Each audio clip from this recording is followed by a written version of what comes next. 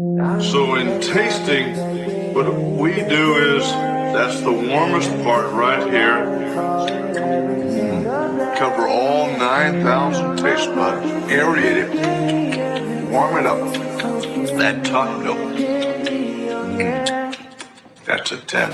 Ooey gooey chewy, gotta take a little trip down the Willy Wonka River, gonna take a little sip. Take you out for dinner, then you'll end up feeling sick. Don't you worry, got the fit or about to tip. Yeah, like a hot tamale, got that spicy aftertaste. Unfortunately, fortune cookies that I had to waste. Little treats, M&M's, little feast, me and them. Hit the streets with the friends, in the kitchen we descend. Yeah, that's it. Cook it up, cook it up, cook it up. Yeah, you taste so rich. Spin it up, spin it up, spin it up.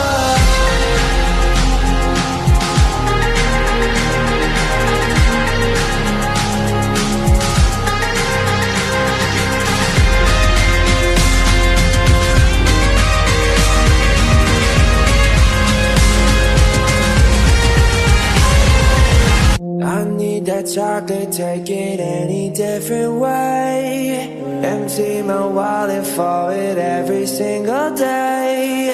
Fill up my pockets with the gimme every taste. Oh, give me that candy, oh yeah. I need that chocolate. Syrup on my pancakes, butter in the pan. We eating all the sushi like we cooking in Japan. Going Chef Ramsay, see a fan has me. Candy, teeth water down my head, fancy. No, this is sad that you may be feeling better. Took the night off, all I end up eating cheddar. Cooking steak for the party. You can say it's well done, but I won't say sorry. Eat that cake, yeah. Cut it up, cut it up, cut it up. But that icing fat.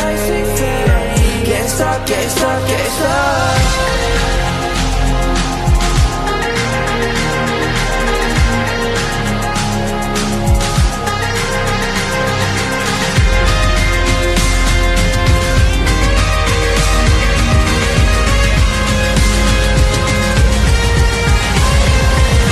I need that chocolate, take it any different way. Empty my wallet for it every single day.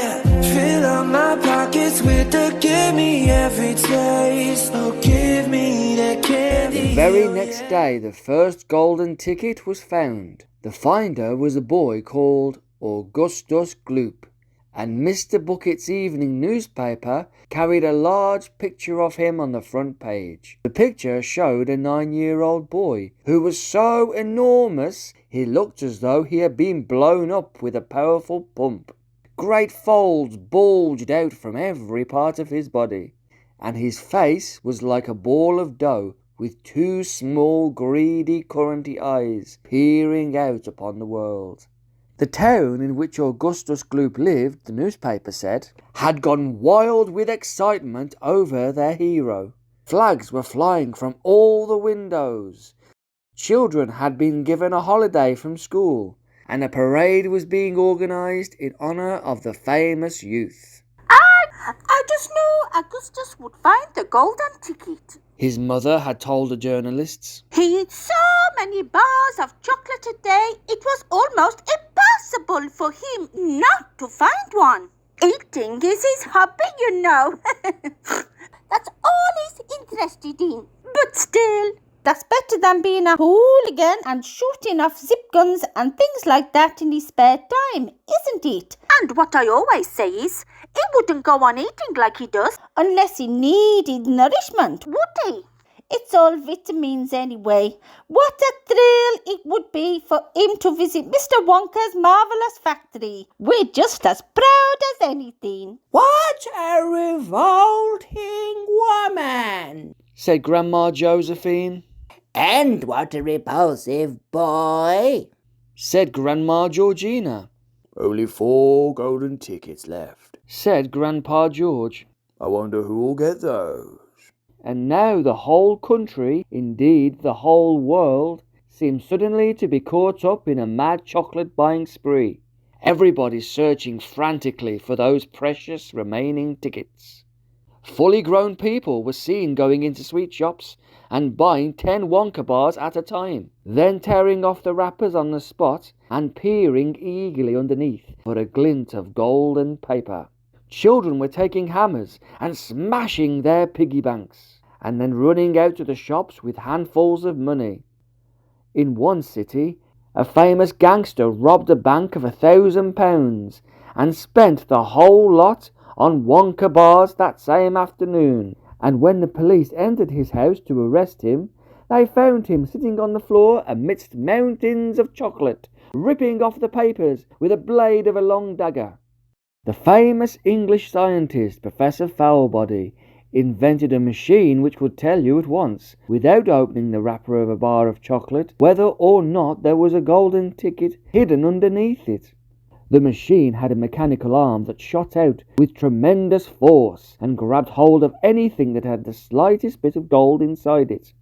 And for a moment it looked like the answer to everything.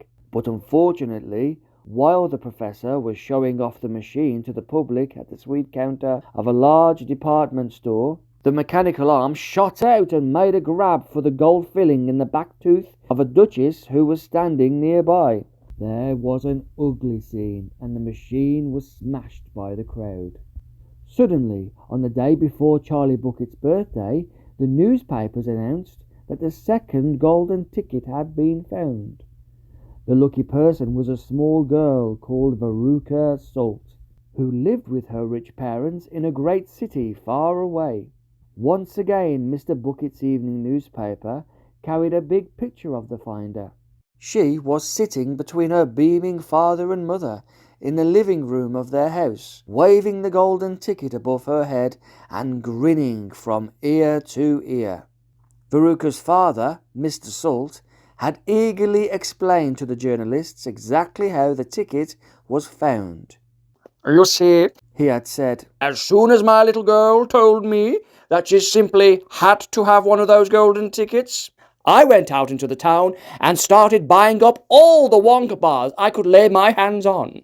Thousands of them I must have brought, hundreds of thousands. Then I had them loaded onto the trucks and sent directly to my own factory.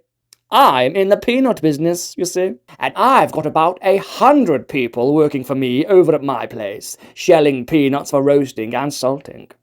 That's what they do all day long, those people. They sit there shelling peanuts. So I says to them, "Okay, folks," I says, "from now on you can stop shelling peanuts and start shelling the wrappers off these chocolate bars instead." And they did. I had every worker in my place yanking the paper off those bars of chocolate full speed ahead from morning till night. But 3 days went by and we had no luck. Oh, it was terrible. My little Veruca got more and more upset each day, and each time I went home, she would scream at me. "Where's my golden ticket? I want my golden ticket." And she would lie for hours on the floor, kicking and yelling in the most disturbing way. Well, I just hated to see my little girl feeling unhappy like that. So I vowed I would keep up the search until I've got her what she wanted. Then suddenly, on the evening of the 4th day, one of my workers yelled, "I've got it! A golden ticket!" And I said, "Give it to me, quick!" And they did. And I rushed it home and gave it to my darling Veruca, and now she's all smiles, and we have a happy home once again. That's even worse than that Augustus boy, said Grandma Josephine. She needs a really good talking to, said Grandma Georgina. I don't think the girl's father played it quite fair, Grandpa, do you? Charlie murmured. He spoils her, Grandpa Joe said. and no good can ever come from spoiling a child like that, Charlie. You mark my words. Come to bed, my darling. Said Charlie's mother. Tomorrow's your birthday, don't forget that. So I expect you'll be up early to open your present. A Wonka chocolate bar. It is a Wonka bar, isn't it? Cried Charlie. Yes, my love. His mother said. Of course it is. Oh, wouldn't it be wonderful if I found the third golden ticket inside it? Charlie said. Bring it in here when you get it. Grandpa Joe said. then we can all watch you taking off the wrapper. So in tasting, what we do is, that's the warmest part right here. Cover all 9,000 taste buds. Aerate it. Warm it up. That top note. That's a 10. Ooey gooey chewy, gotta take a little trip down the Willy Wonka River, gonna take a little sip. Take you out for dinner, then you'll end up feeling sick. Don't you worry, got the fit or about the tip. Yeah, like a hot tamale, got that spicy aftertaste. Unfortunately, fortune cookies that I had to waste. Little treats, M&Ms, little feast, me and them. Hit the streets with the friends, in the kitchen we descend. Yeah, that's it. Cook it up, cook it up, cook it up. Yeah, you taste so rich. Spin it up, spin it up, spin it up.